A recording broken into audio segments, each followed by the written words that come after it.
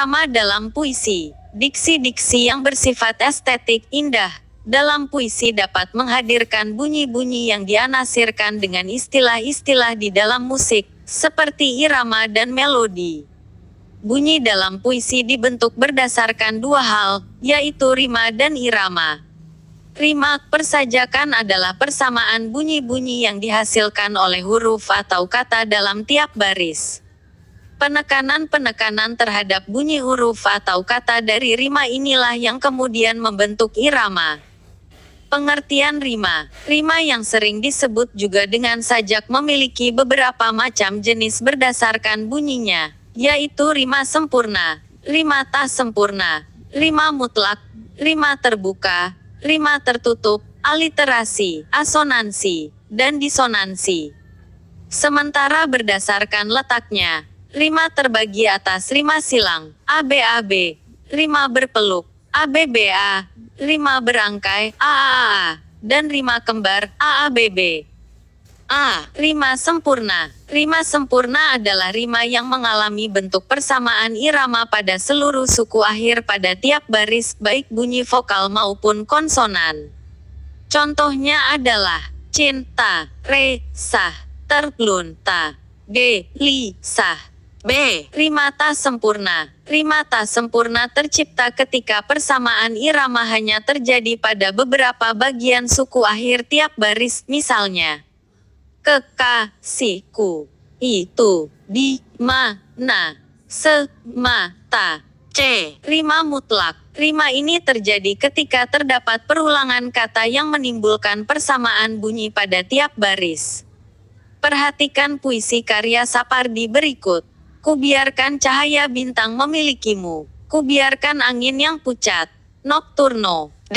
Rima terbuka. Rima terbuka terjadi apabila suku kata terakhir terbuka dengan bunyi vokal yang sama. Diponegoro. Di masa pembangunan ini, Tuan hidup kembali, dan bara kagum menjadi api. Hairil Anwar. E. Rima tertutup. Rima tertutup terjadi apabila suku akhir tertutup dengan vokal yang diikuti konsonan yang sama.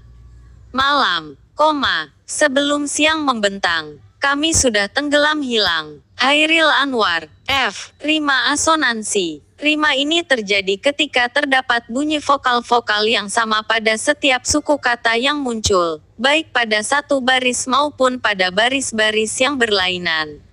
Di Taman Gerbang. Taman Kuning Kenanga, rumah akibat seorang buta, inang luka sekeping sukma, inggit putria marga. G. Rima aliterasi. Sebuah rima dinamakan rima aliterasi bila terjadi persamaan bunyi-bunyi awal pada kata yang sebaris maupun pada baris-baris berlainan.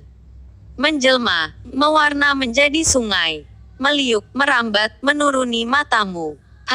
Rima disonansi. Sebuah rima dinamakan rima disonasi apabila vokal-vokal yang menjadi rangka kata-kata seperti pada asonasi di atas tadi memberikan kesan bunyi-bunyi yang berlawanan. Bolak-balik aku terbalik, dalam lamunan hati tercekik. Pengertian irama. Irama yang disebut juga dengan ritme ini adalah pergantian tinggi rendahnya, panjang pendeknya, atau keras lembutnya ucapan bunyi.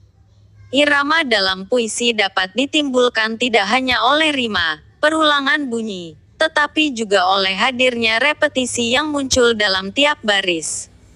Penekanan-penekanan nada pada irama dapat menghasilkan unsur musikalitas yang dapat menciptakan suasana dan kesan makna tertentu. Penggunaan rima-rima pada pembahasan di atas dalam melakukan penekanan atas bunyi yang dihasilkan akan membentuk berbagai macam jenis bunyi yang memiliki perbedaan nuansa. Jenis bunyi yang dimaksud adalah 1. Kakofoni. Bunyi kakofoni adalah bunyi yang dihasilkan dari visualisasi bunyi-bunyi konsonan, B, P, per meter, T, per detik, R, K, per jam, per nanogram, Ni.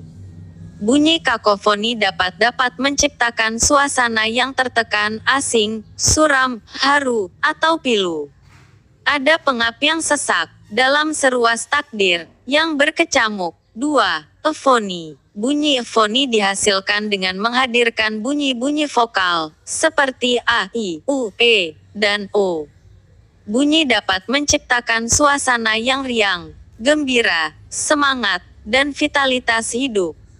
Dengan puisi aku, Taufik Ismail. Dengan puisi aku bernyanyi, sampai senja umurku nanti. Dengan puisi aku bercinta, berbaur cakrawala. 3. Anomatope. Bunyi anomatope menghadirkan bunyi-bunyi makhluk hidup, alam, dan binatang. Bunyi-bunyi ini memberikan perlambangan nilai rasa yang menciptakan suasana tertentu seperti kesyahduan atau romantisme jika yang digunakan adalah suara jangkrik, burung, gemerisik rumput tertiup angin pagi, atau kepak sayap kupu. Selain itu, bunyi ini bisa juga menciptakan kemurungan apabila nuansa yang dihadirkan adalah malam, lolongan serigala, atau angin yang berhembus kencang. Aku tulis pamflet ini. W.S. Rendra, matahari menyinari air mata yang berderai menjadi api. Rembulan memberi mimpi pada dendam. Gelombang angin menyingkapkan keluh kesah. Menganalisis rima dan irama. Perhatikan contoh puisi berikut. Rumahku, Hairil Anwar. Rumahku dari unggun-unggun sajak. Kaca jernih dari segala nampak. Kulari dari gedung lebar halaman. Aku tersesat tak dapat jalan. Kemahku dirikan ketika senja kala. Di pagi terbang entah kemana. Rumahku dari unggun-unggun sajak. Di sini aku berbini dan beranak. Rasanya lama lagi. Tapi datangnya datang. Aku tidak lagi meraih petang. Biar berleleran kata manis madu. Jika menagih yang 1 April tahun 1943.